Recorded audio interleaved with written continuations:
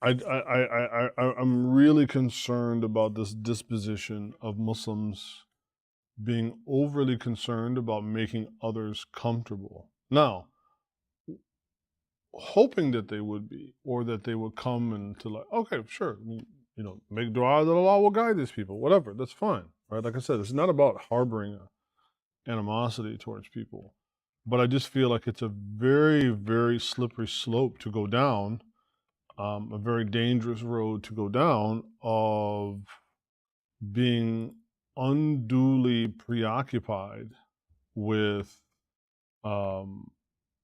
making others comfortable in what is a shared space.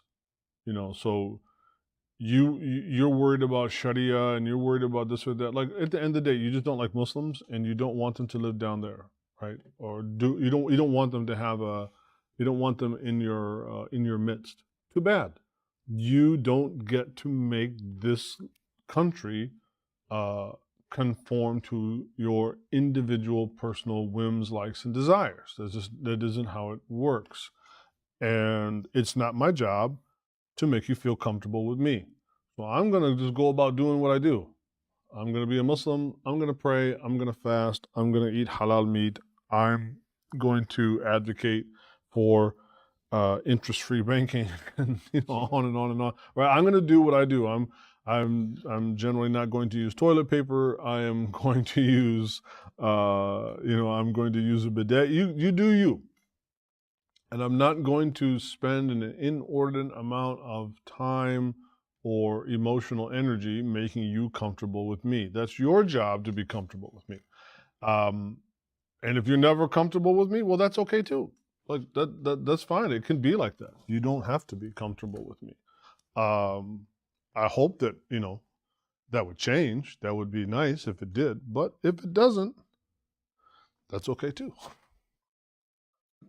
That's what I mean. I just feel like there's no need for Muslims to have this panic kind of attitude towards it. It's really not helpful. All right, let's see. Bismillah. Alhamdulillah. Wassalatu wassalam ala Rasulillah. So we left off. We're almost done with that section of the Risala. Did I go last time? So we talked about different types of negation in Arabic. So if you go to, I think, where was it? There was an instance. It might have been in the passage, وَلَا يُكْمِلُ قَوْلُ الْإِيمَانِ إِلَّا بِالْعَمَلِ ولا يكمل القوم قول الإيمان إلا بالعمل ولا قول ولا عمل إلا بالنية. So yeah, in that line, in that top line there is a type of negation. And so, as I had mentioned last time, that there is, we have what's called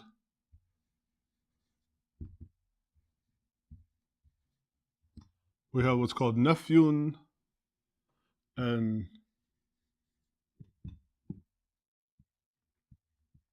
nahyun, right? So we have nafi and nahi. We have different types of negation. And so when you have something that wants to, let me see, where did I put I had some notes in here. Did I print that out for you last time too? Okay. So I think we went over this, right? Yeah, we did. Okay, all right. I just want to make sure we went over it. All right, good. So then we'll continue on from the one we had today. So it's important just to remember the different types of negation.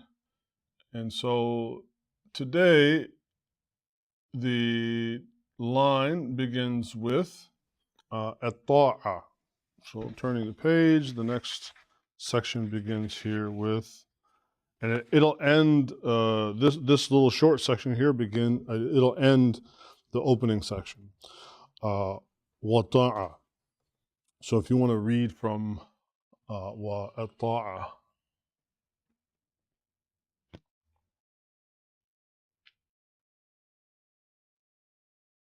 وطاعة لي لأتي المسلمين من ولاة أمورهم و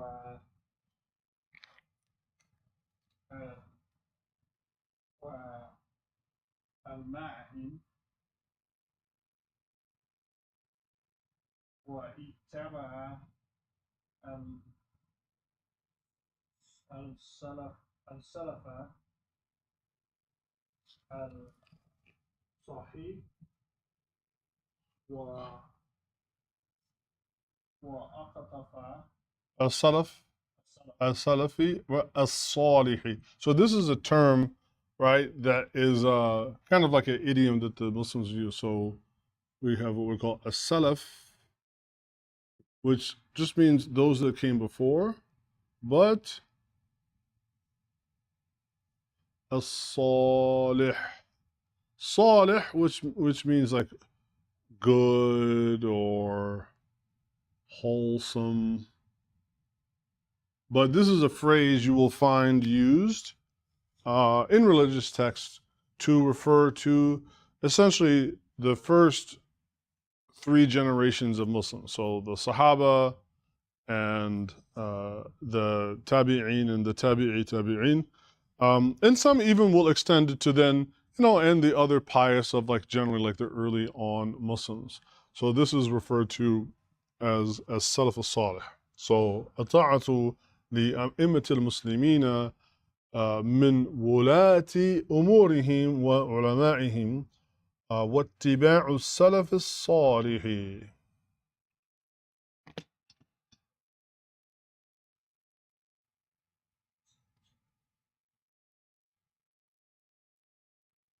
وأقتفى أثارهم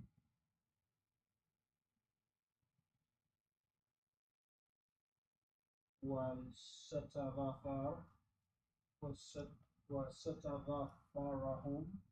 والاستغفار لهم. So واتباع السلف الصالح. So what is اتباع? So we have a root of ta and ba and ain. Put together we get taba'a, which means to follow. And then also, if we put it on the wazn of ifta'ala, so we have our morphological form of ifta'ala. If we put it here, we don't like to put two consonants or two letters together of the same. So if we put it together in this form, it would be it ta la, right? It would be it ta'ala. But that sounds kind of weird in Arabic, right? It just doesn't sound good to go it ta'ala. So because this harf of ta is what we call its harf za'id, right? It's added to the form. It's not part of the root. But also the first letter is a ta, meaning we're going to have a doubling of the ta here. Then what we do is we put a shadda. So we go it, ta, a, la. And the masdar being what? Ittiba'. So we go ittiba'. Ittiba'un. Ittiba' likewise goes to the idea of what? To follow. So that's the meaning, right? So he's saying what? وَالطَّاعَةُ لِأَئِمَّةِ الْمُسْلِمِينَ. What is ta'a? Ta'a. Ta'a. What's ta'a? Ta'a is obedience, right? To be obedient to. So, وَالطَّاعَةُ لِي أَئِمَّةٌ. Li is harf jar. It's one of the huruf of the halat jar. So for possessive. So we have like li and bi and min and dot, those kinds of things. So li, and so the word is a'imma. A'imma. A with a hamza. A'imma. A'imma. A'imma is the jama' of imam. Notice how the word imam has two memes. Look how in the word a'imma it has a shadda, right? So that means the root here is going to be alif, mim, mim. That's the jadr, right? And so you have the fi'l or the verb of amma. Amma. Amma means to, it can mean a couple things. It can mean to stand before something or somebody. It could mean to lead, like, right, because the imam, he stands before the jama'ah, but he also leads them in the prayer. And though also as a fi'l, as a verb, amma can mean to also lead the prayer.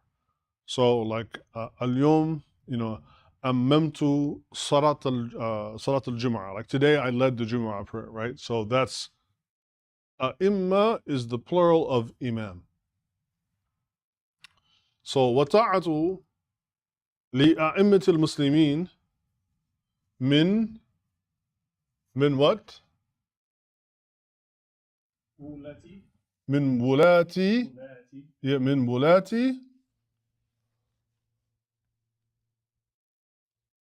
أمورهم. right. So what is wulat? We have the word, right? Have you heard of another word called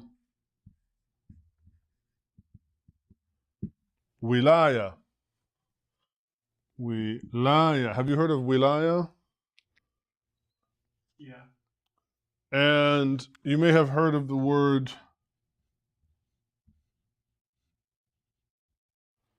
awliya, which is, of course, the plural of wali, right? So the root of this, all of these words, is going to be waw, lam, and ya. The root is centered in or around guardianship or protectorship, right? And so a wali, huwa alladhi yuwalli. The wali is the one that does the act. Huwa qama ala al-fi'li wala. He is the one that does the action of protecting. But as a noun, wilaya or wula, these are going to be more like concepts. And so you could think of their ruling, right? So he's saying that wata'atu li a'immatil muslimin, and obedience to the leaders of the Muslims. Here, a'imma can mean like not just imams, but like those who are in positions of leadership, also religious leadership amongst the Muslims. Wa walatu umurihim, and specifically as it relates to the leaders, right? And obedience to or giving obeisance to what? Their rules, right? To their commandments. What? Wulati umurihim wa ulama'ihim, and to the scholars that are appointed by those leaders, meaning that these are the people that you should follow. So that's what he's talking about. Then he says, وَاتِّبَاعُ السَّلَفِ الصَّالِحِ.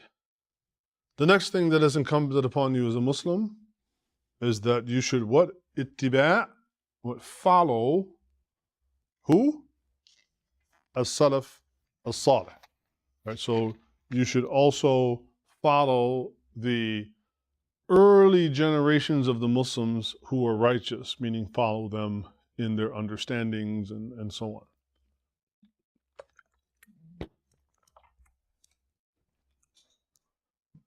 And then he says, wa واقتفاء أثارهم yeah, waqtifa. So it's wa and then iqtifa, but yeah, we make the wasla, we skip over. So waqtifa'u atharihim. Waqtifa'u atharihim. So ittiba' and the word here, iqtifa, iqtifa. As I said, he likes for things to rhyme because they're just easy to remember. So these are built on the same form of ifta'ala. So ittiba' and iqtina. I'm sorry, iqtifa. Iqtifa and ittiba', they're all based on the same form. So like tracing their atharihim, right? Like you could say like tracing their footsteps. Wal istighfar lahum. The other thing that is required of you as it relates to your leaders, the scholars that have been appointed by them, the early generations of Muslims, right, is to ask Allah Ta'ala to forgive them for any mistakes that they made. Wal istighfar. So you have the verb and then you have the verbal noun. So the verb is istaf'ala, istaf'ala, and the verbal noun from that is going to be istif'al, istif'al.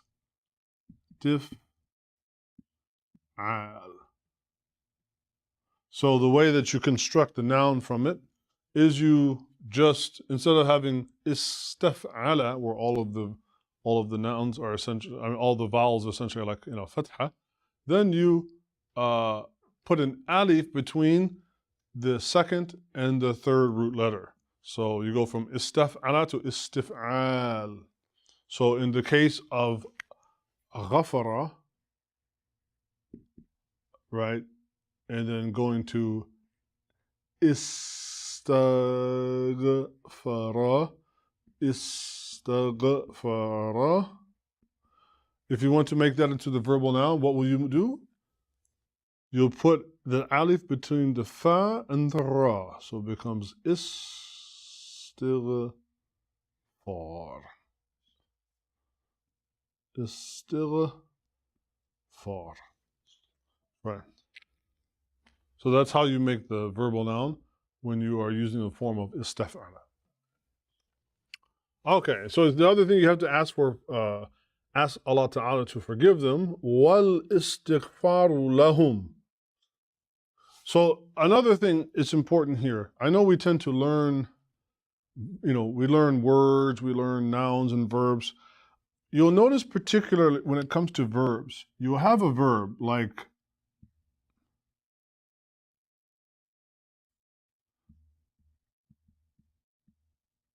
you have istaf'ala, and this is just like as a generic, right? But then you will see often after it will come like harf jar. It might be ila, it might be ala, it might be li, it might be something like that. That is very important because sometimes you cannot employ the verb unless you also are using the correct harf jar along with it, right? So think about the verb istaghfara, right? To ask for forgiveness, right? That kind of, in English, we almost have to employ, right, for. It's not just forgiveness, but you're asking for forgiveness. That for is not going to be in the verb of istaghfara itself, but it will be in the harf jar that's used along with it, right? So in this case, the harf jar that we use with istighfar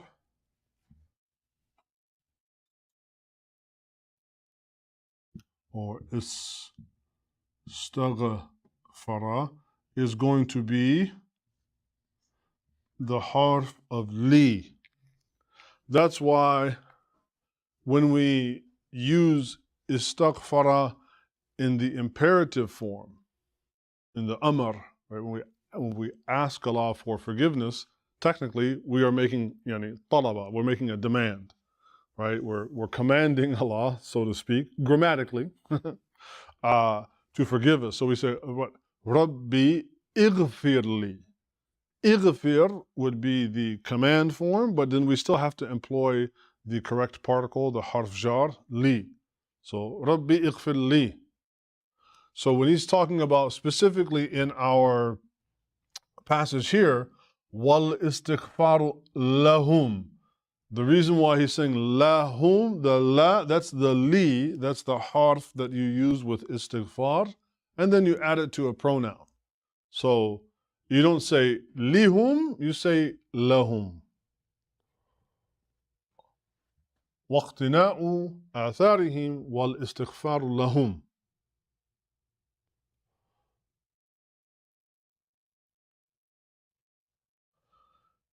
وترك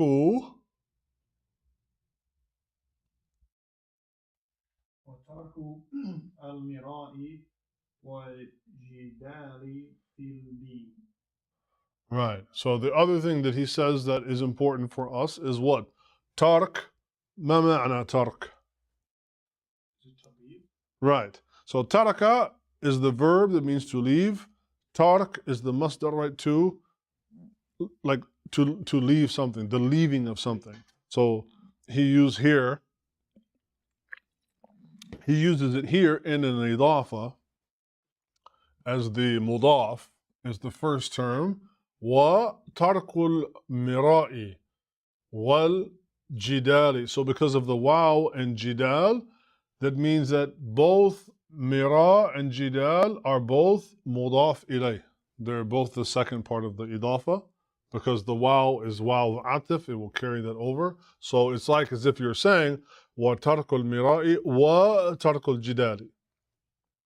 So we don't have to just keep repeating tark over and over. So wa tarkul mirai wal jidali, what? And the leaving of mira and jidal, of arguing and debating, fit deen, specifically in religion. Wa tarku kulli ma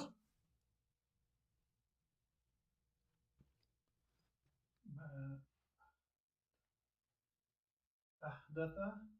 right. وترك كل ما أحدثه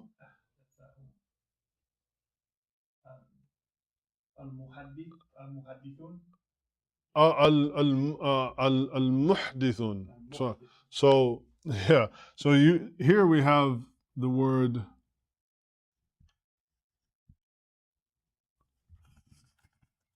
And this goes to show where. So actually, I won't write it with the. I'll write it just like this: mu, and then.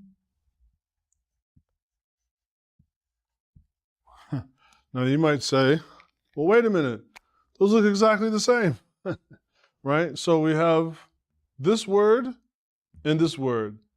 This one will be muhaddith, and this will be muhdith.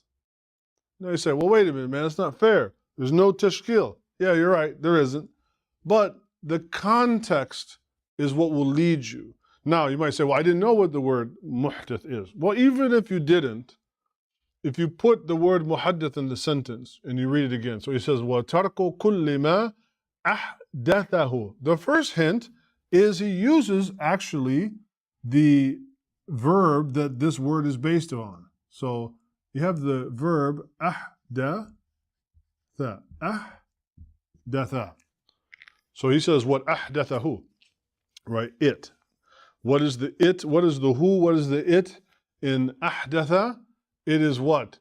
The mira and the jidal, right? Fighting and arguing, or like, that's what he's referring to. So what you leaving, وَتَرْكُ كُلِّ مَا أَحْدَثَهُ.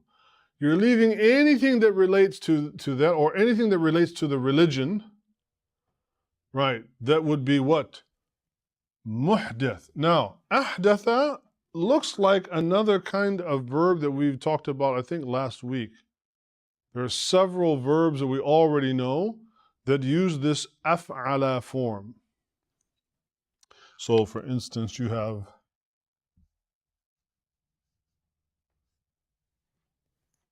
what's this one? أسلم. Yeah. And we also talked about that one. أسنى. Ah, أسنى. right? أحسن, أحسن. right? Of which, what is the ism fa'il of aslama? It's a Muslim, right? And so what's the ism fa'il of ahsana? موصي. Muhsin, right? Okay, right? And we had mentioned even another one.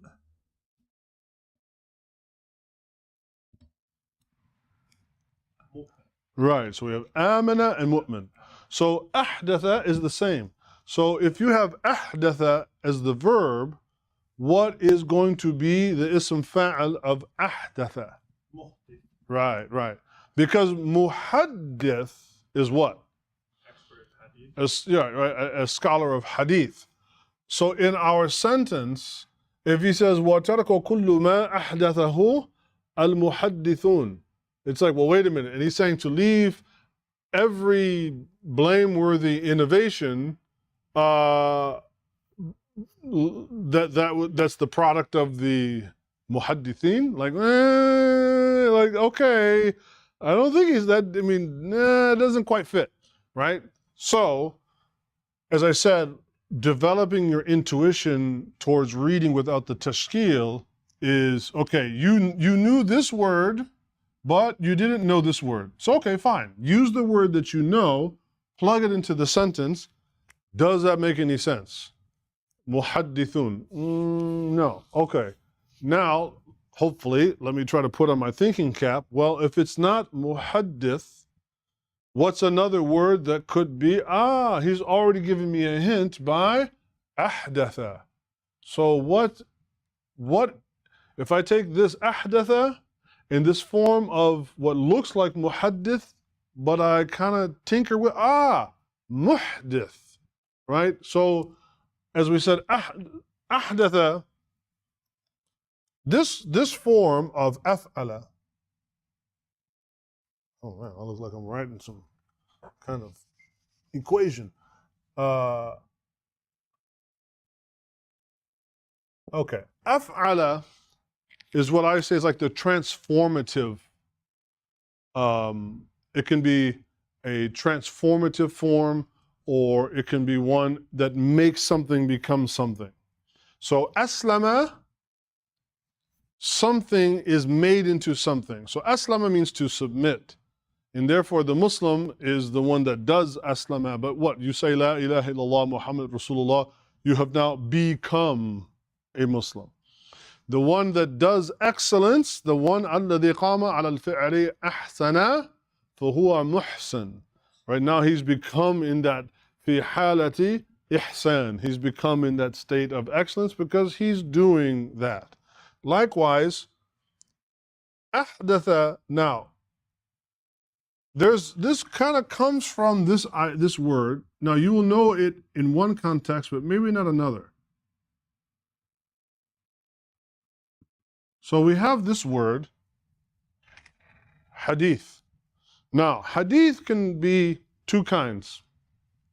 There's hadith which is a thing, يعني قول أو لفظ, like a statement from the Prophet ﷺ. We call this hadith. But also, hadith can be صفة. It can be like an adjective. ويحتمل المعنى جديد. Right? So sometimes it gets translated as like modern. Like when you say something is hadith, when it is intended to be used as an adjective, not as a noun, a lot of times it will say it is modern. Like for instance, like if you want to talk about like a museum of modern art, al-funun al-haditha, right? Modern art, right? Al-funun al-haditha, modern art. Like it would sound weird to say al-funun al-jadida, like new art. Like that's a little odd, but like modern art, which is more like broadly encompassing of a certain epoch or era, right? Then you would say hadith. So hadith here is the idea of modern or like an innovation. When you apply that idea of modern, which, again, normally that sounds great. Modern, modernization, all these things sound great. But when it comes to something like Islam, and Allah says what? Al-yawm akmaltu lakum dinakum. Today I have what? Akmaltu lakum. Ikmal. It's finished. It's completed. So the idea of Islam is a thing that has a beginning and an end in terms of revelation. Right? Revelation began, it ended, and therefore it's complete. And therefore we cannot modernize it, we cannot add to it, we cannot embellish it. Now we can interpret it and apply it in different situations going forward, until the day of judgment. But that's different than adding something to it. So this is what he is referring to as ahdatha. So you might hear in the khutbah, for instance, the Imam will, and this is something that is related to the Prophet ﷺ of having said in the opening of his own khutbah that he gave, in akram al-kalami kitab Allah, right? That the most noble speech is the speech of Allah. Wa khayr al-hadi hadi Muhammadin sallallahu alayhi wa sallam. And the best guidance is the guidance of Muhammad. Wa asharra muhdathatuna dalala. And like the most evil of new things is an innovation in the religion. So this is what I mean. Like when we talk about ihdath, which is the masdar of ahdatha, ihdath, this is something that like shay'un hadith fil Islam, fil deen. So that's what he's talking about, is things that are newly innovated in the religion. This is not, there's a different, like, Sheikh Fulan wrote a new book of tafsir of the Quran. This is not, in and of itself, considered hadith in the idea of what Ibn Abi Zayd is talking about. Now, it might be new, it might have some different approaches, this or that, but just simply writing a tafsir today is not blameworthy. So in the context of what Ibn Abi Zayd is talking about, it's something blameworthy. And that's why he says, what? وَتَرْكُ كُلِّ مَا أَحْدَثَهُ الْمُحْدِثُونَ. And therefore, obedience is also required of you to abandon all innovations introduced by the muhdithun, by the innovators. So a muhdith is an innovator, and obviously the plural, muhdithun. Okay. And then he ends that section by saying,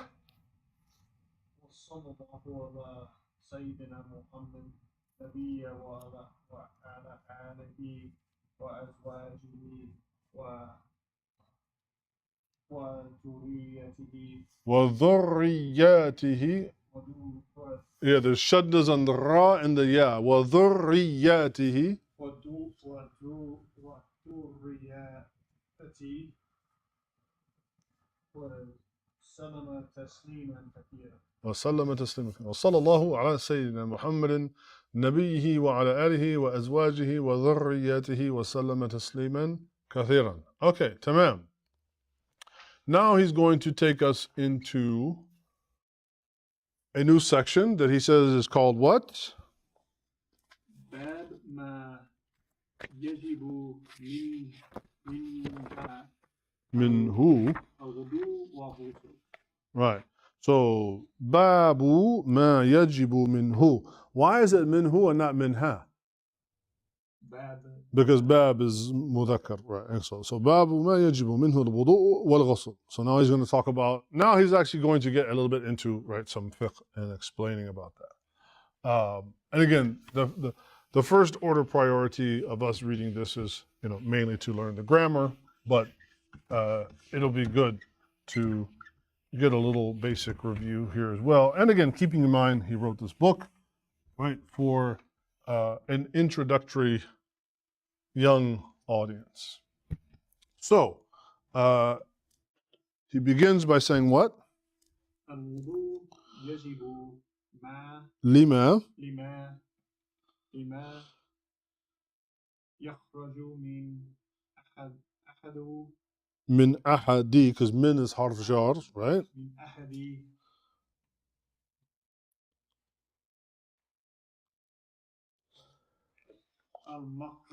المخرج.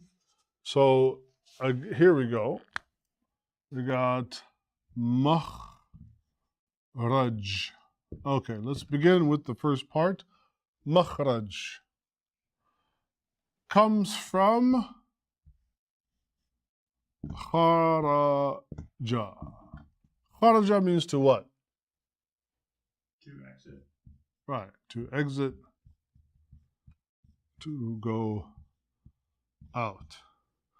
Now, if we have what we call like our masdar mimi, if we put the meme, and this can be the meme of makan, right?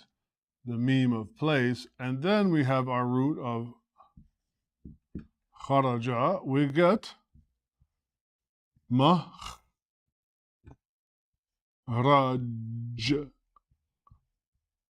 Makhraj. A makhraj would be then what? An exit. An exit. Good. Now, our word here, though, has this attached to it. A ya and a nun. Now, you might think that this is saying a plural, a sound plural, right? Sound plurals in Arabic, masculine sound plurals have either a una or an ina, right? So muslimuna or muslimina, right? The una is this, which is rafa, and this is, right, for jar and nasab, right? But let's take a look at the context of our sentence. Al-wudu'u, which is, okay, wudu. Yajibu bima'na, required to, right? Lima, for that which, yakhruju min ahad. Min ahad. Ahad means what? Someone. Well, okay, good, but One. well, it's good. We'll put some, but let's like underline the one part, right? Right? So someone, but like singular. So if he's saying someone, but he says what min ahadi al makhrijina, he's saying someone of the exits. That sounds weird. At least to me it does. Maybe to you it doesn't sound weird yet, but it's a little odd. There's another construction. I don't think we've talked a lot about it a lot. We have a construction that's called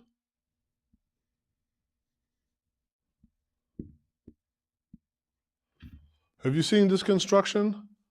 Muthanna. It is, you might be familiar with this word.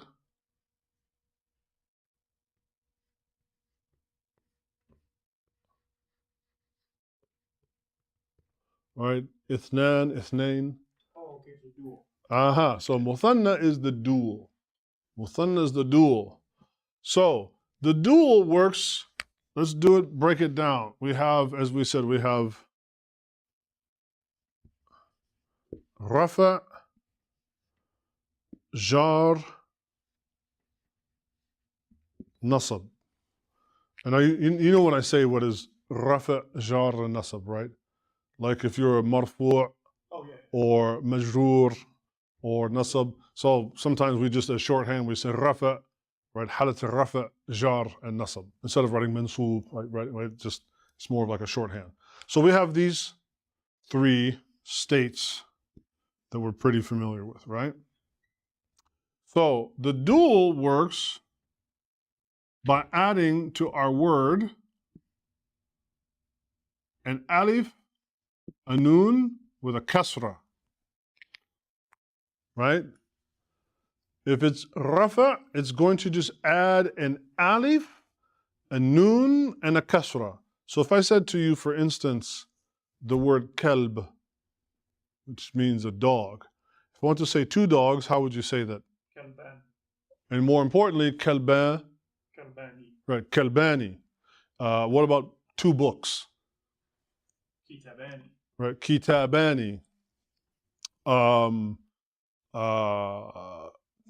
about two masajid? Masjidani. Exactly, masjidani. Great.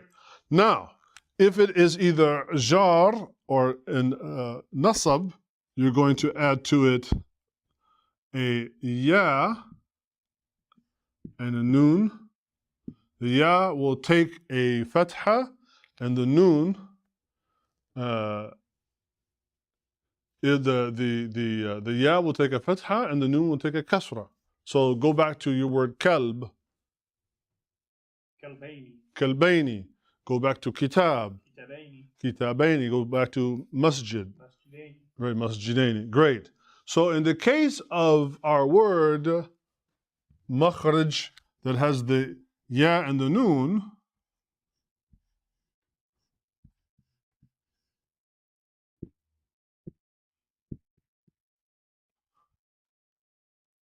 the first hint is that he says what? Min.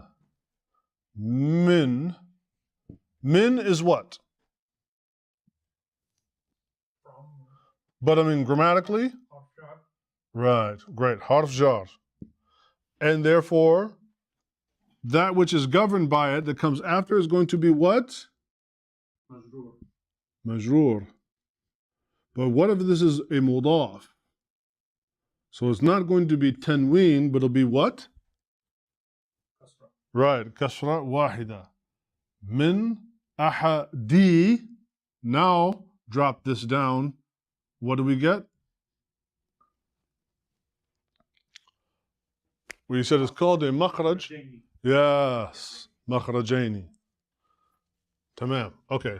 So, الوضوء يجب لما يخرج من أحد المخرجين من شو؟ Bowling. من بول أو من bowling أو غائط. غائط غائط أو رائح. أو ريح. أو ريح. So, بول غائط and ريح. Though he lists three, but he said what? if you read it literally, wudu is necessitated when something exits from one of the two exits, such as bowel. What's bowel? I mean, Probably urine. great. Yep. All right. And then what's gha'it? Feces. And then the third, rih. Is wind. Right. Gas, wind. There you go. Okay. أو لما. أو مذي أو مذي. Right? What is, now again, there's only two exits. So we already know generally the back door has been covered by these two, by gha'it and rih, because that's where the wind and the feces comes from. There are another two kind that can come from the front exit, which is, we've mentioned bowel. What's the other that can come from, especially as a man? Semen. Exactly. So medhyun, right? Or in this case, medhyun, aw medhyun. So medhi is going to be semen.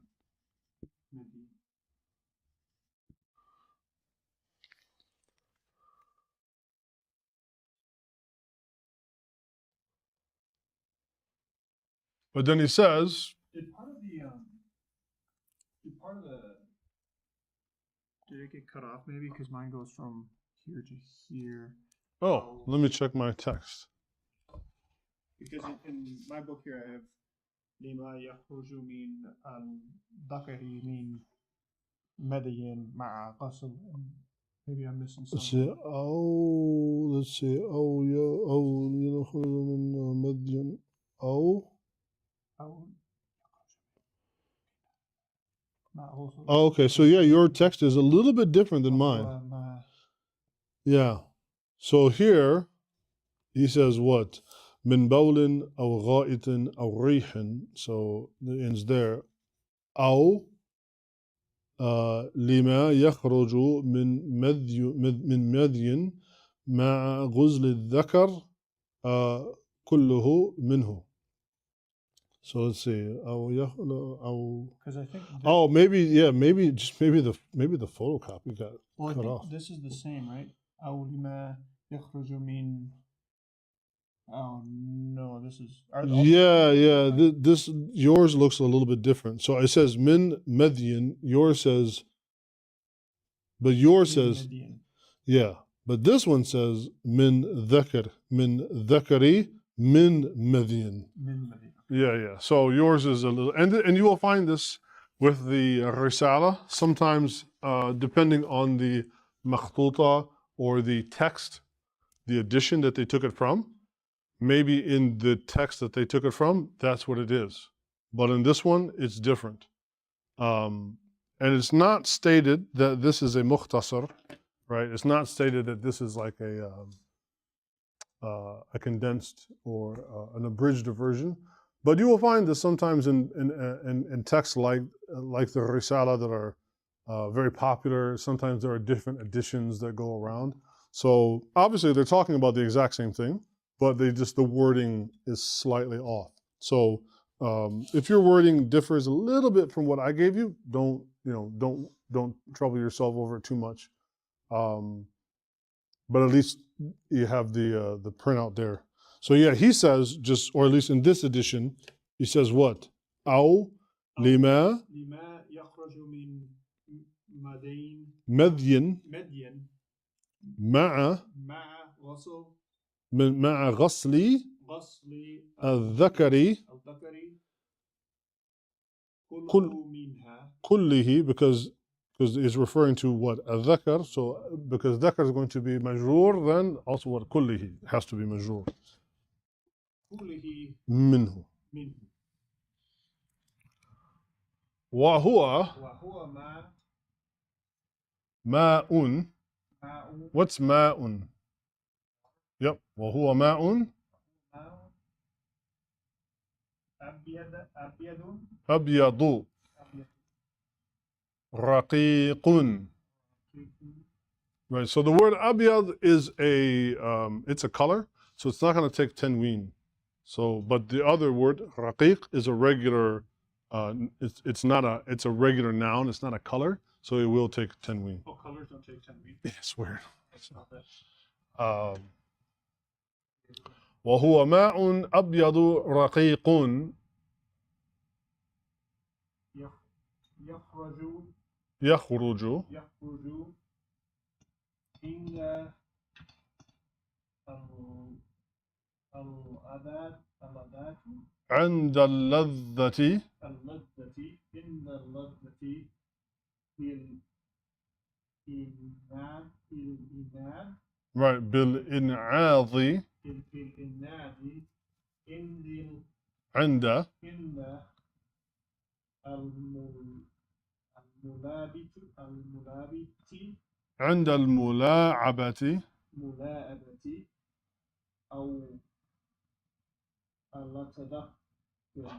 أو التذكر أو التذكر right أو التذكر right. So he says that so it, obviously the three main ones of urine, feces, wind, or madhyun, right, the seminal fluid, or anything that exits along with it, along with washing the entire private parts due to it, right? So meaning that if you touch, and there's some difference of opinion amongst the madhab, but again, against the Malikiyah, if you touch your private parts with your hand, not like if you're taking a shower and you dry off and you're using a towel, you have something like a barrier between yourself and your private part, this doesn't invalidate your wudu. But if you do, again, according to the Maliki school, if you do touch your private parts directly with your hand, it invalidates your wudu.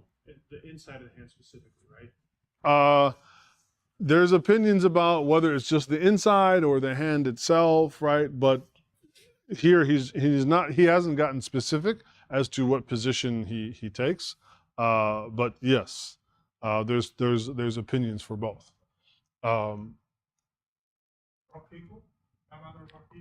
So anything that it's like raqi, meaning that raqa, anything that's like a fluid, like that comes out from like arousal. Okay. Yeah.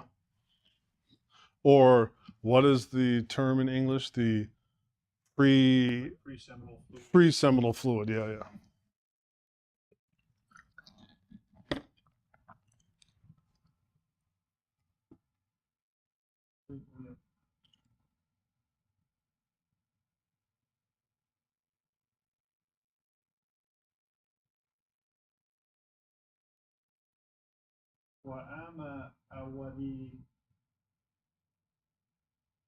So yeah, that specifically, like you could think of like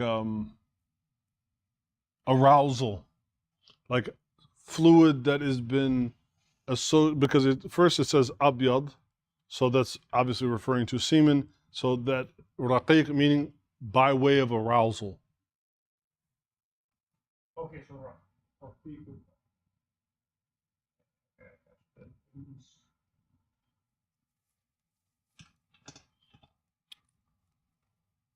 So وأما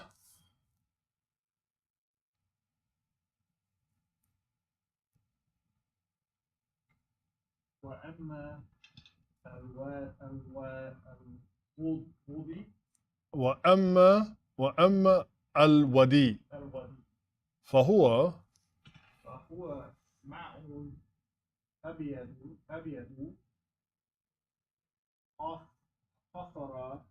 قاثر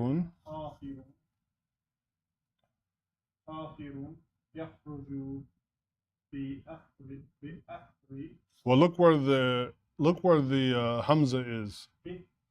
Right, بإثر right, بإثر البول يجب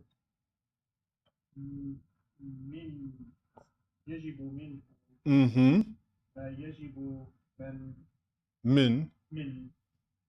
So it necessitates for it what it necessitates for urine. Right, which would be the bowel. So al-wadi, he says, as for al-wadi, that which is a thick white fluid that comes out after urination, and therefore what applies to it is also what applies to urine, meaning that if that comes out, then you also have to make wudu.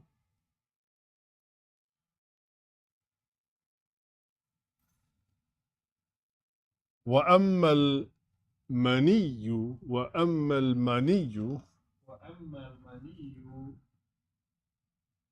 فيه فهو فهو الدافق الدافق فهو الدافق الذي يخرج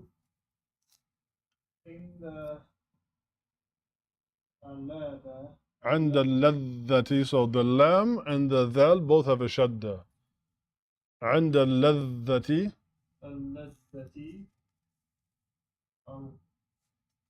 الطبيعي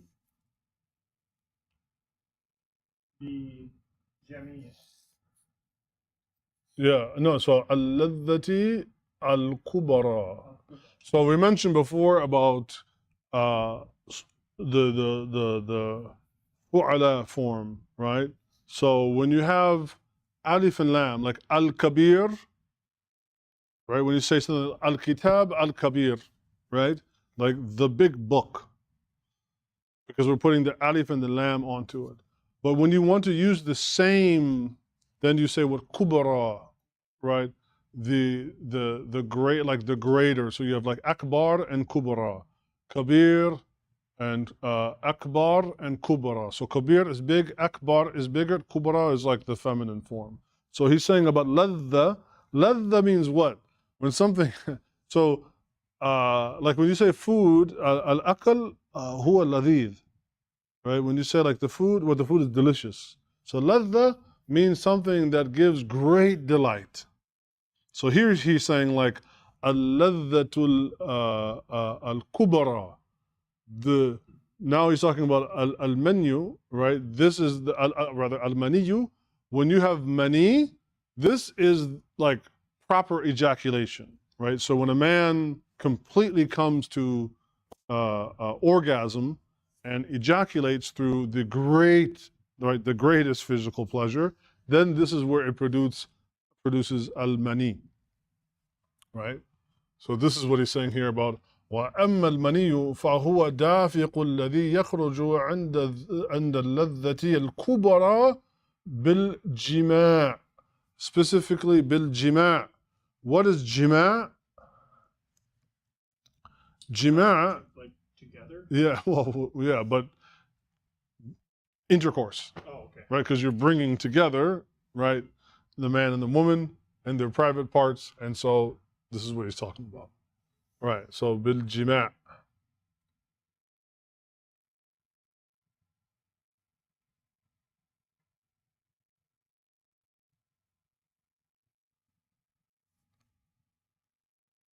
رائحته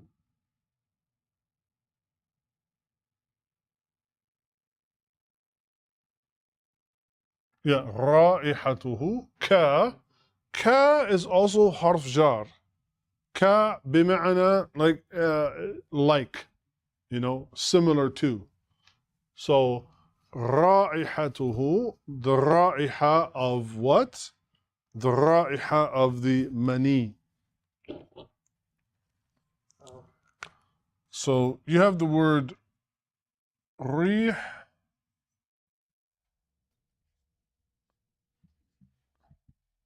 ريحة, and رائحة. They're all related. ريح can mean like wind, big and small. That's why it refers to like passing wind is rih. Then they have the riha, which is like the smell of something, but also ra'iha is like the smell or the odor of something.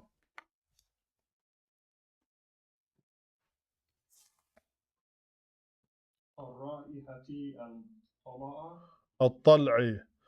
So كرائحة الطلع al-Tal'i. What does that mean? الطلع. So al-Tala is kind of like it's a type of tree that the Arabs known as. Yeah, or some will say that it's like so like when trees have intercourse, they pollinate, right? They spread their pollen, and apparently there's a type of tree that has a particular smell, and they're saying that that's what the mani is like. Oh. Yeah, some of the anecdotes are a little weird from back in the day. Yeah, so it's a type of tree. Well, it's like tree pollen. It's like the smell of tree pollen. Oh, okay. Like where they get these comparisons. Because you'll note that he says what ka, right? Meaning that it's kind of like this. Like who went out and made this comparison? I don't know. But that's what he's saying. What وَمَاءُ الْمَرْأَةِ وَمَاءَ الْمَرْأَةِ مَاءٌ رَقِيقٌ السَّفَرِ. Asfar. Notice that the asfar doesn't take tanween, so it is a color.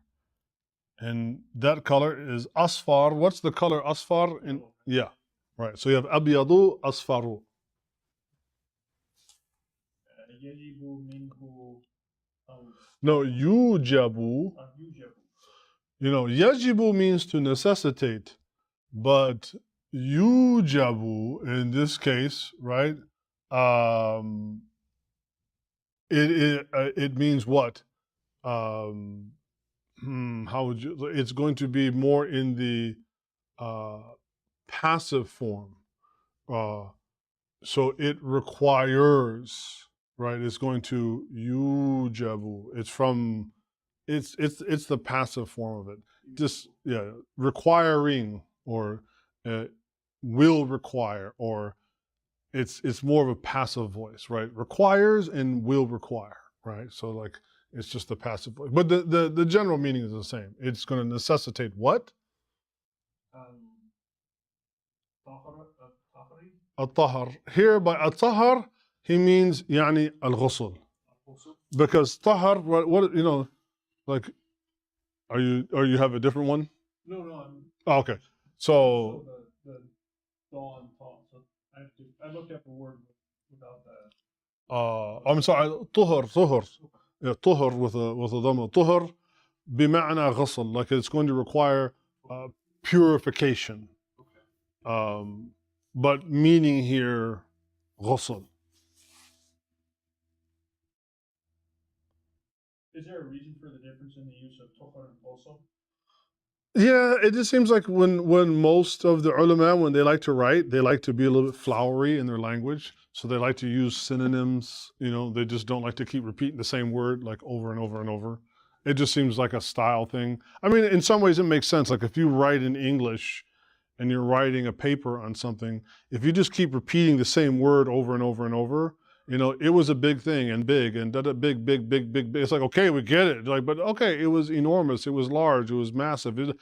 It's the same thing, but stylistically, we kind of like to use some different words because otherwise it just becomes very redundant. So they will use other words that imply the same meaning, but don't say exactly. That's kind of the challenge. That's what I was saying. Fiqh, you know, fiqh is a difficult discipline to understand. Talking about, you know, kharaja, you know, istikhraj, you know, like literally, it's like excavating. When you read these old books on fiqh, you know, you might come across where one minute he says ghusl, and then the other minute he says tuhur, and then another minute he will say ghasla, right? Like, well, which one is it? You know, does he really mean a ghusl, like the full body, or, you know, they'll say like ghasl al-yadayn. Fi wudu, you know, أنت تبدأ مع غسل اليدين. Like in wudu, you begin by washing the hands. Well, wait a minute, you just said ghusl, but you mean just washing the hands. It's true, right? So Fiqh is sometimes, again, going to these pre-modern texts, that's why they are best read through a book that has the hashiyat, that has the notes and the commentary, of which they've done the due diligence for the modern reader to say, okay, here when Sheikh Fulan says ghusl, he means the ghusl.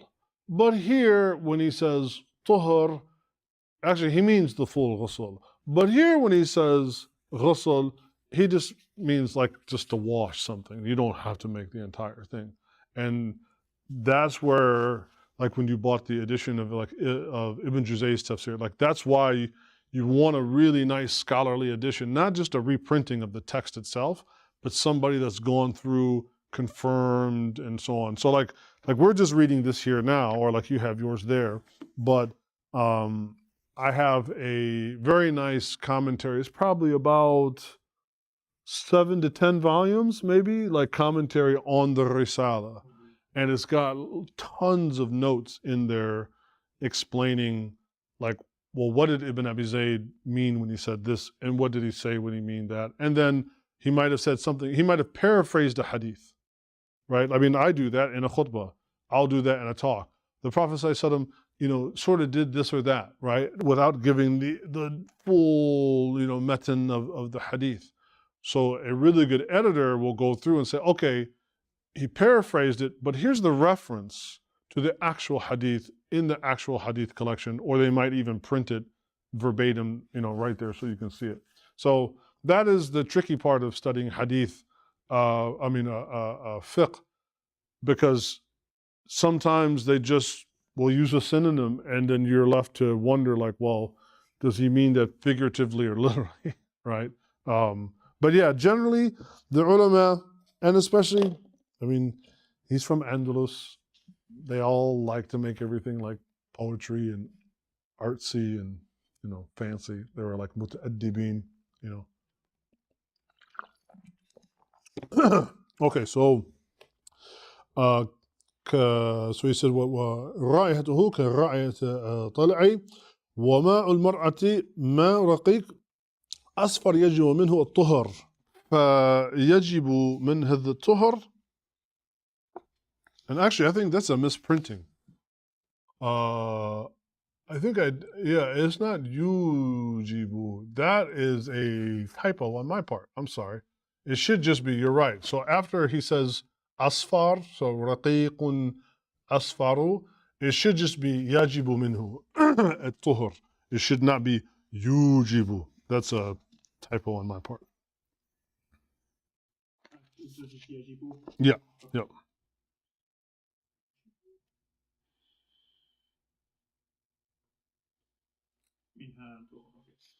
Yeah.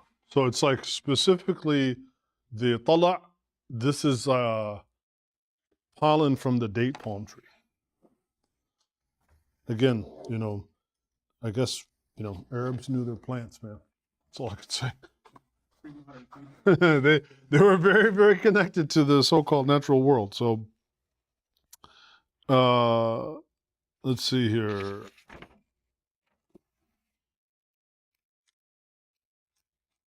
Here we go. Where did we live off of? Okay, yes. فيجب من هذا طهري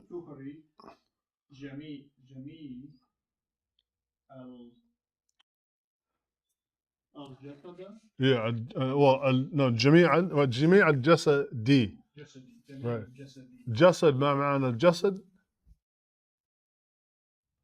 Think about it, because he's saying, okay, so he's talking about when you've had major intercourse and all that kind of stuff. Now he's saying فيجب, now something's going to be required. What? من هذا الطهر, from this purification. طهري جميع الجسد. This is مضاف إليه, right? So you have it's a 3-part إضافة. طهر, جميع, and الجسد, right? So he's talking about, what are you going to have to purify? Oh, the body, the whole body. Yeah, exactly. Right, exactly. There you go. كما يجب من تخري المفيدة There's no meme, at least there shouldn't be. اليهيدة So al-haida. What's the haid? When a woman, when she is haid, right, her menstrual cycle, right? So what he's saying is like you're going to have to do a major purification of the entire body when you have intercourse, just in the same way that a woman has to do major purification, like when she is on her haid. Min tuhri al-haid. Right.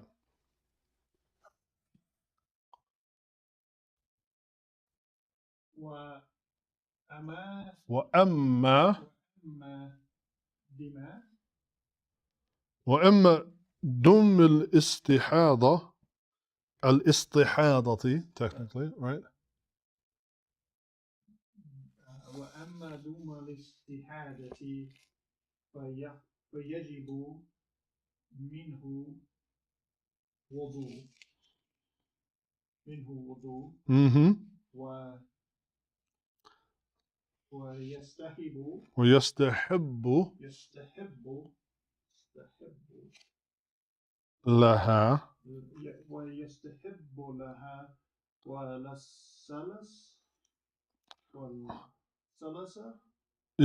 لسلس, right? So لسلسي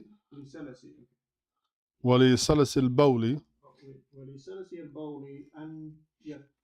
Salas, salas is like when a person is incontinent, like if they are not able to. So what here, this little passage here is kind of like rukhas. Like he's going to talk about like certain dispensations that are given to abnormalities that some people may have. So he begins with amma dam al-istihadati. So when a woman is irregular in her haid. So if you look at the word al-istihada, in the previous sentence he talked about haida, right? Notice this, right? Notice those key letters that are in there. So what he's talking about here, as for an irregular, right? Dam al-istihadati fahajibu minhu al-wudu. Then what is required is for the woman to just make wudu and not have to make ghusl. Now he's not giving you the details of how to determine what is an irregular, right? That'll be given later. But he's just covering from a general point of view. Sometimes women, either due to circumstance, medication they could be on, age, other factors, that they could have an irregular menstrual cycle. So in the case of that, he says what? فَيَجِبُ مِنْهُ الْوُضُوء. Then they just make wudu. وَيَسْتَحَبُّ لَهَا. Well, so when something is mustahib, you may have heard like there's some things that are, if you look at the root of the word, right? Yastahibbu. What are those last two letters in yastahibbu? Love or like. Well, hib would be a seed. Hub is love, right? So what is beloved or preferred? What is liked? So what is preferred or what is liked?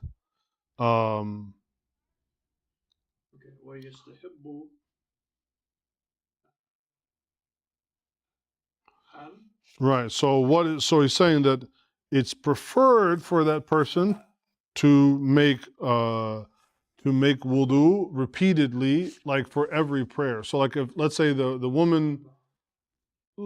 woman that has irregular period and she makes wudu, prays dhuhr. The time for asr comes in, she hasn't broken her wudu, but she's still in the period of an irregular menstrual cycle. It is mustahib, but not wajib, that she make ghusl for each and every time she wants to either pray or some other act that requires tahara, right? Wa li salas al-bawli. Similarly, for like a person that is incontinent, they cannot hold their urine. So they do their best and they just repeat their word. And yatawadda'a li kulli salah. أن يتوضأ because of the N, right? So, right? لكل صلاة, لكل صلاة. So then they were going to what? They'll repeat the wudu for every single salah. ويجب الوضوء من زوال زوالي. زوال العقل بنوم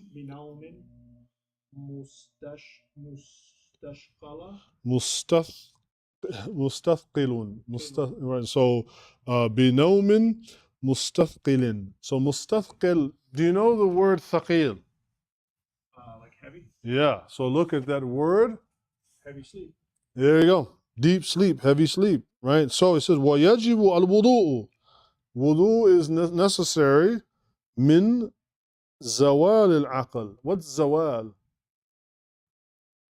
Well, what is عقل? Aql would be like thinking or mind. Yeah, conscious, mind, whether. So zawal means like if you lose consciousness. Right? So you lose consciousness. Like but here, no. But then he gives you the caveat. He gives you the sharts. Bi nawmin mustathqalin. So like, right, if you're in a deep sleep. أو إغماء. Right? There you go. There's your fainting. غوا, غما, like to إغماء, to faint. أو سكرا. Sakaran means what? To be sakran means, so number one, sukar is what? Sugar. Right, sugar. So it's weird in Arabic. Sukar is sugar. Sakar is drunk. Yeah, okay. I read that the other day. Yeah. So بنوم مستثقل أو إغماء أو سكر أو تخبط أو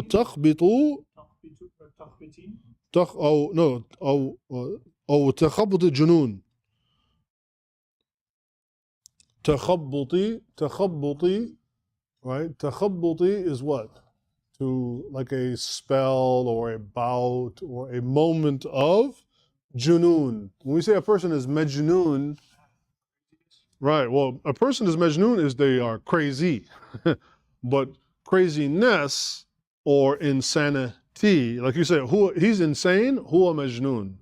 But if you want to say, he's pleading insanity, right, in the conceptual way, in the infinitive way, then we call this junoon.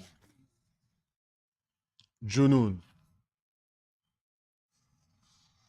ويجب الوضوء من الملامسة.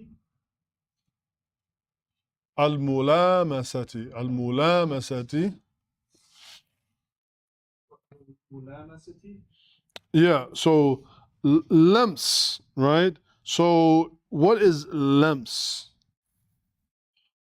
وَمَنْ مَسْ الذَّكَرْ, whoever touches his masculine, if a man touches his private parts, hold on, I'm getting lost in my, so it's وَيَجِبُ الْوُضُوء مِنْ زَوَالِ الْعَقْلِ وَيَجِبُ الْوُضُوء مِنْ مُلَامَسَةِ اللَّذَّةِ وَالْمُبَاشَرَةِ بِالْجَسَدِ. So wudu is also necessary when you touch someone else, right?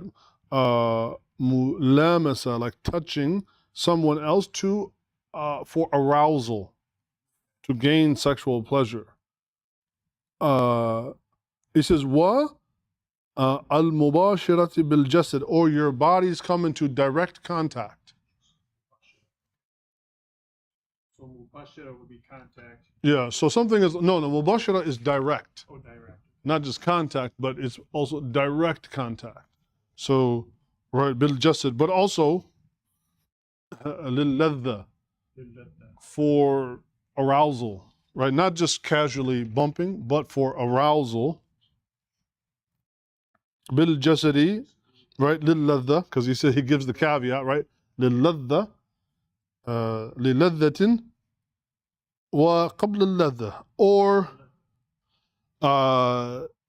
kissing for sexual pleasure, which is different than just affection, right? So the proof, like the Prophet ﷺ during Ramadan, or in some fasting, either in Ramadan or just fasting period, and he kissed Aisha.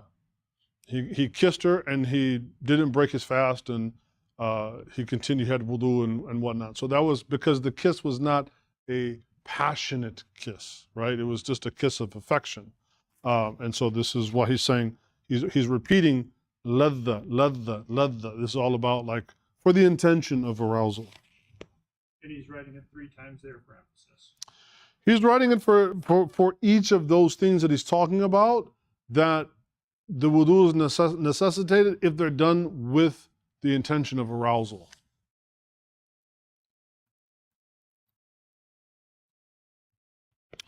وَمَنْ مَسَّ, ومن مس is to touch. yeah, mas means to touch. ومن مس الذكر واختلف في مس المرأة. Well, actually, should be majhul. واختلف. So the passive. And there has been much differentiated opinion في مس المرأة, in touching women. Okay. في مس امرأة فرجها. فرجها. So farj is the private parts. فرجها في يبب الوضوء. في إيجابي, in the necessitation. في إيجاب الوضوء. Right, in the necessitating. Right, so he's saying there's some major differences of opinion, specifically to a woman, if she touches her private parts, right? Does it necessitate her having to make wudu? Right. I mean, في ذلك المسألة, in that particular issue, right?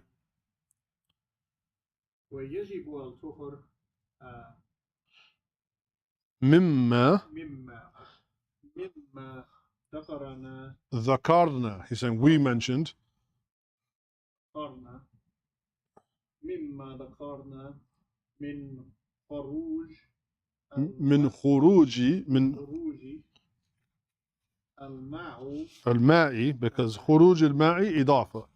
من حرف جار, خروج مضاف, الماء مضاف إليه.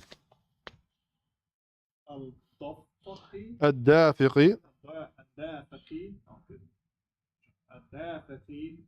للذة.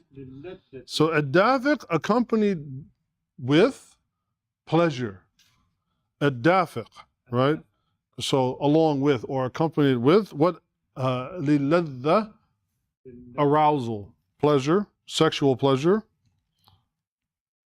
للذة is accompanied. Yes. للذة في النوم أو يقظة أو يقظة, في نوم أو يقظة. And then here I'll just read this. من رجل أو امرأة. So he's saying that what? You must do, again, here الطهر بمعنى غسل كامل. So it's all, he said what? Ghusl is mandated or necessity, as we have already mentioned, from the admission of seminal fluid, ejaculation, particularly when there has been arousal, whether that is in what? Fi nawmin, because you can have a wet dream, right? So whether that's in sleep, أو يقظة. يقظة, awake. استيقظ means to wake up. So يقظة, like to be awake. في النوم, to be asleep. من رجل, whether you're talking about a man, أو امرأة, or you're talking about a woman, أو انقطاع دم الحيضة. It is also necessary at the inqita', it's also necessary at the end of the menstrual cycle, right? أو al-istihada, and when any kind of abnormal bleeding stops, or there's an abnormal period when that comes to an end, أو nufas, or nifas, or like when a woman gives birth and then there's the natural bleeding that takes place after that, the postnatal bleeding. So that's the part that he talks about. Oh, that's right. You have the book, so you can see that last sentence that he writes. Any thoughts or questions on? I mean, there's a few vocab words in there that are a little obscure that we don't use necessarily in everyday speech, but most of the grammar is pretty straightforward. Yakhruju and such, like there's not too many instances of active or passive voice. I did write up something. I didn't have it. I didn't have a chance to format it yet, but I want to send it to you. It's something that I wrote about how to recognize contextually when you're dealing with an active versus a passive verb, right? I think that's an important kind of milestone in Arabic reading, because like just how we had the word muhaddith and muhdith, like without the vowel markings, they both look exactly the same, but the context will kind of lead you, right, to knowing whether you're talking about a scholar of hadith or somebody that does, some type of innovation. Likewise, when you're talking about something that is, in Arabic, is either ma'loom or majhul. Ma'loom, we call this active in English, and of course, passive in English. It's weird because ma'loom literally means that which is known. But in English, we would not call it the known, right? We call it the active. And then the majhul, which is related to jahal, which is like ignorant. But in grammar, right? We're not saying the person is ignorant, but just you as the reader, you don't know who the actor is. So in a sense, you are the one that is jahil. So it's in a state where it's majhul. Mm-hmm. So when it comes to, and that's a good example, like when it comes to qala,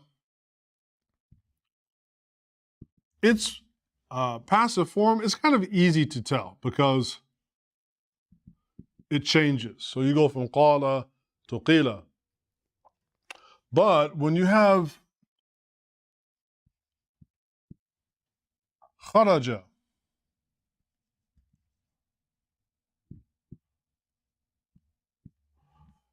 you can have khurija, right? Like kharaja means to exit.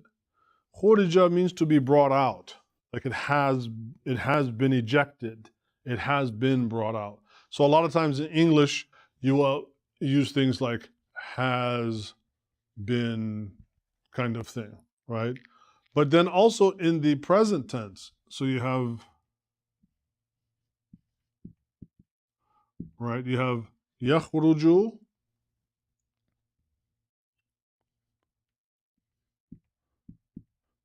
and then, so in Arabic, we can have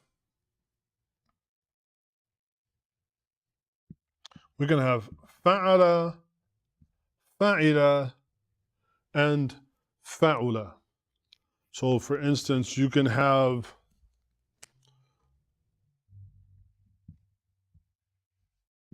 darasa, you can have alima, and kabura. Just as an example of three verbs that take the three possible voicings, right? Fa'ala, fa'ila, fa'ula. But there's only one voicing for the passive, which is always fu'ila, right? Always. So if you wanted to say darasa, you would say durisa. If you wanted to say alima, it would be ulima. If you wanted to say kabura, kubira. Like, it doesn't matter what the voicing is for the ma'loom, for the majhul, always fu'ila. So that kind of makes it easier in some ways, right? It makes it a little bit easier. Likewise, you can have yaf'ulu, you can have yaf'alu, and you can have yaf'ilu, right? As three different voicings for the mudari, for the present tense. But always the passive is going to be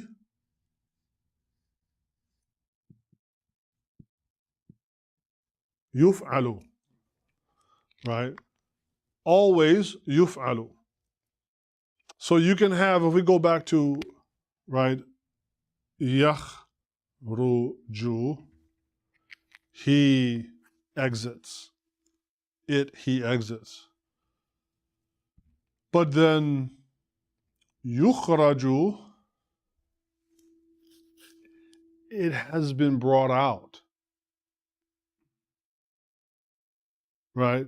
Or it is being brought out, right? Because it's present tense, but it's passive. Now, what are, I think I have a little chart that I made here. I just need to format it a little bit. But as I said, what are some of the signs or the clues that if you don't see, right, if you just see that, how do you know it's active or how do you know that it's passive? Well, you can't tell by just a word on a page or a word on a blackboard, but you can tell generally by the context in the sentence. So there's a couple clues, right? One is that if the subject is not mentioned, so like Allah Ta'ala will say in the Quran, وَإِذَا قِيلَ لَهُمْ لَا تُفْسِدُوا فِي الْأَرْضِ. And when it was said to them, when it was said, I mean, in that case, we don't know who said it to them. We know that they were commanded by Allah to not make fasad, to not make chaos or to make mischief. But was it Allah that spoke to them directly? Was it the Prophet? Was it somebody righteous amongst them? I mean, to be honest, you don't know directly. So, وَإِذَا قِيلَ لَهُمْ, it was said to them. The implication is that you go from shifting the focus to the fa'il of the subject. Well, if you don't know who the subject is, now you go to either the act or the object becomes the significance in the sentence, right? So the fact that they were told is more important than who told them, right? The fact that they were told. And so likewise, one of the signs is that the subject may not be explicitly or typically will not be explicitly mentioned. Another is that, again, the object in the sentence will take on greater importance. So you could say,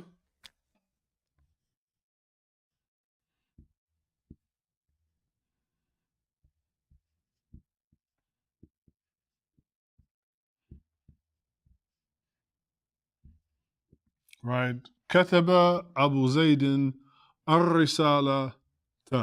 So Abu Zayd wrote the risala. But you could say,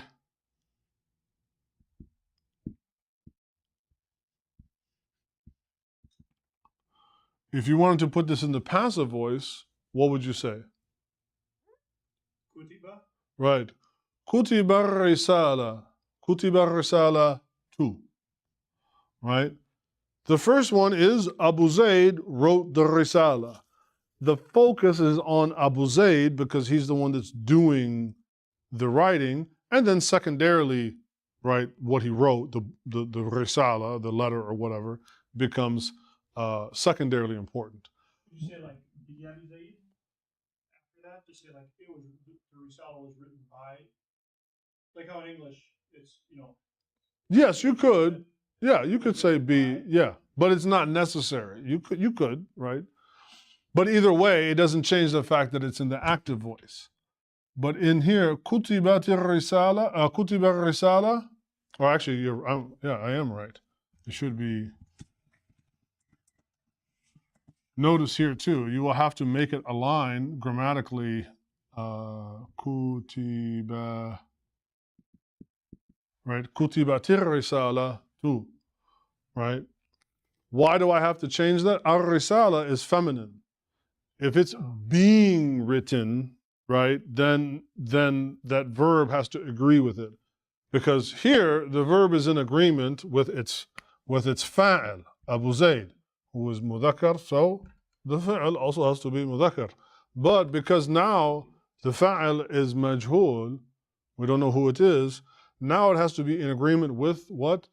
The maf'ul bihi. It has to be with what is being written, though we still write it with a dhamma. So what kutibatir risala too, right? So the letter has been written, right? The letter has been written. So what becomes important is the letter and not who did the writing.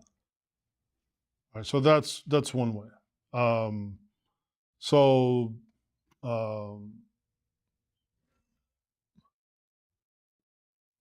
Yeah, like I think I wrote, what did I write? Yeah, they're always using daraba. I don't know, in all these books, they're always like somebody's always getting hit or beat up, right? So daraba rajulu al-sariq, right? The thief, the man hit the thief, versus duriba sariq, the thief was struck, right? The thief was struck, right? Who hit the thief? We don't know. That's not important. We just know that the thief was hit or struck. That becomes the focus. If it was feminine, then yes. If it was a female thief, then yes. Then it would have to be duribat as-sariqa. Right, exactly. It would be the female thief. So I have a little thing here. I just need to format a little bit. I'll send that. That just goes over some best practices approach. That again, looking at it one word on a page, nobody knows what anything is one word on a page, right? But within context, like with our example of muhdithun versus muhaddithun, right? Muhaddithun just makes no sense in that sentence. So I think as new students, we get so laser focused looking at every word along the page and then grinding in our mind, like as, how to pronounce the word or this or that, that what happens is it becomes sometimes, we miss the forest for the trees, as they say. You know what I mean? And so if you like pull back when you encounter a word that's kind of stumping you a little bit, start with what you know. I know muhaddith, I don't know any other options, but when I put muhaddith in the sentence, it just doesn't make any sense. So let me explore and see, are there any other words? And that's where maybe having a dictionary can help. I would even dare say, like, that is potentially where something like, I'm not advocating for AI, but if you use it, that's where, and that's going to be the limits of, say, like a Google Translate. But if you use like chat or any other AI device, you could say, hey, chat, here's my sentence. I'm the only word I know that fits that word in English is this, but it doesn't make any sense. Are there any other words in Arabic that would match the spelling of that word but mean something different in that? And that's where it is going to be, especially for a new student, it's going to be a little bit smarter than you, right? Just it knows more vocab than you. It's not so much smarter, but it knows more vocabulary for you. And that's where potentially it can be an aid. And then just reading, like as you build up your vocabulary, and that's why I said, like, like it's important, like you you will learn two words that have exactly the same written form, but they have, different meanings because they're constructed. One is un-haddatha and one is un-ahdatha. So if it is constructed on mubni ala haddatha, fahuwa muhaddith. ولكن هو مبني على أحدث فهو محدث. Right? So, and that just takes time, just takes some experience to do. But so I'll try to format that into like a nicer looking little graphic, and inshallah I'll send it over to you. Yeah, any thoughts, questions? Or we just continue on the next. Yeah, we'll just keep going down the yeah. And what I'll try to do this week too, I've just been so tied up with the family stuff, but I will try to send out some more sample sentences that will use essentially a lot of this same like vocab, but just kind of like refactored into some different sentences and a few things to read just to help flesh out our vocab retention. So I'll try to send those out in the next day or two. So alhamdulillah. Wassalatu wassalamu ala rasulillah.